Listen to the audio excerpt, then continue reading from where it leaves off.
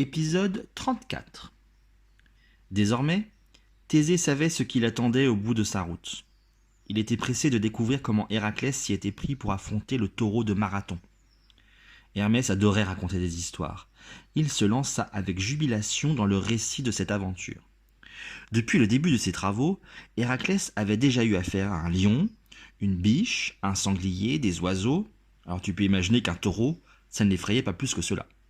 Bien sûr, ces animaux étaient tous dotés de particularités monstrueuses. Et il n'ignorait pas que ce taureau crachait du feu par les naseaux. Pourtant, quelque chose d'autre l'inquiétait bien davantage. Hermès marqua une pause pour ménager le suspense. Thésée se prêta de bonne grâce au jeu. « Quoi » questionna-t-il. Sur le ton de la confidence, Hermès répondit. « Je vais te révéler un secret. Une seule chose effraie vraiment le grand Héraclès, c'est la mer. Oui, il n'a pas le pied marin. Il est sujet au mal de mer de manière épouvantable. Or, pour atteindre ce taureau, il fallait se rendre sur l'île de Crète. » Thésée partit d'un grand éclat de rire devant cette révélation. La suite était aisée à deviner. Hermès se régalait en racontant. Contraint et forcé, Héraclès s'embarqua donc sur un navire faisant voile vers la Crète. Et il fut malade pendant toute la durée de la traversée. Quelle épreuve pour lui! Il paya très cher les marins qui l'avaient accompagné pour qu'ils gardent secrète cette faiblesse. Quelle drôle d'idée, s'étonna Thésée. Mon maître m'a toujours appris que nous avons tous nos forces et nos faiblesses, et que c'est cela qui fait de nous des humains.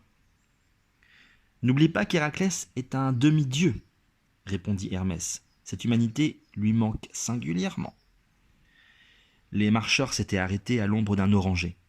Hermès racontait toujours. Lorsqu'Héraclès débarqua en Crète, le roi Minos lui proposa son hospitalité ainsi que son aide pour capturer le dangereux animal. Mais Héraclès refusa. Il n'avait qu'une idée en tête, le voyage de retour qu'il redoutait aussi pénible que celui de l'aller. Il préféra dormir sur le port à la belle étoile. Tu sais que j'ai souvent donné des petits coups de main à Héraclès. Zeus m'a chargé de veiller sur lui. Et je le fais volontiers. Je m'étais glissé parmi les marins qui l'avaient accompagné.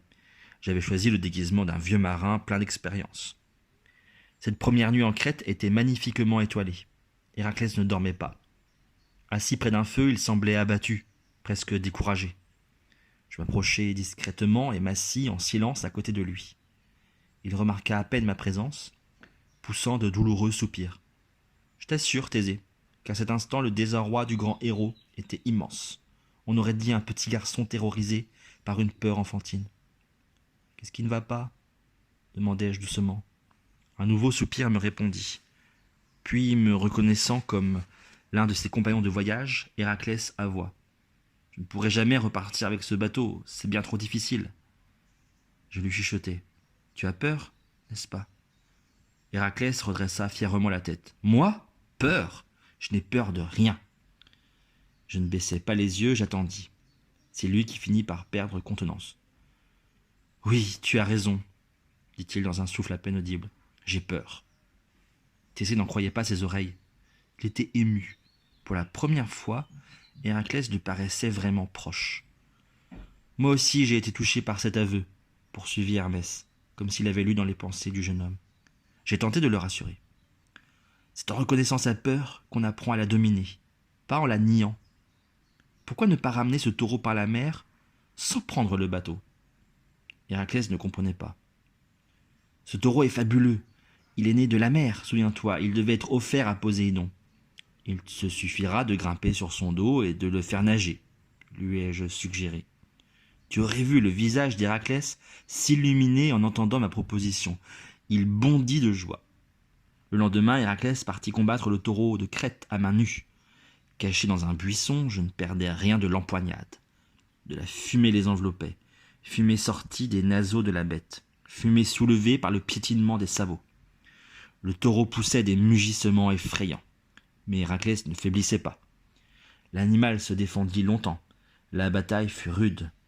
Héraclès finit par en venir à bout. Avec sa force exceptionnelle, je le vis empoigner le taureau par les cornes. Elles étaient longues et acérées comme les couteaux. Il pesa sur les cornes, pesa de tout son poids. Je tremblais pour lui. Je voyais les muscles du taureau bandés comme des arcs. Je voyais aussi ceux d'Héraclès gonflés.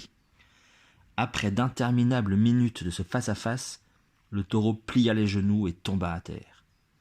Héraclès sauta aussitôt sur son dos. Le taureau, dompté, vaincu, se laissa faire. Il se laissa guider jusqu'au rivage et plongea dans la mer. Héraclès rayonnait.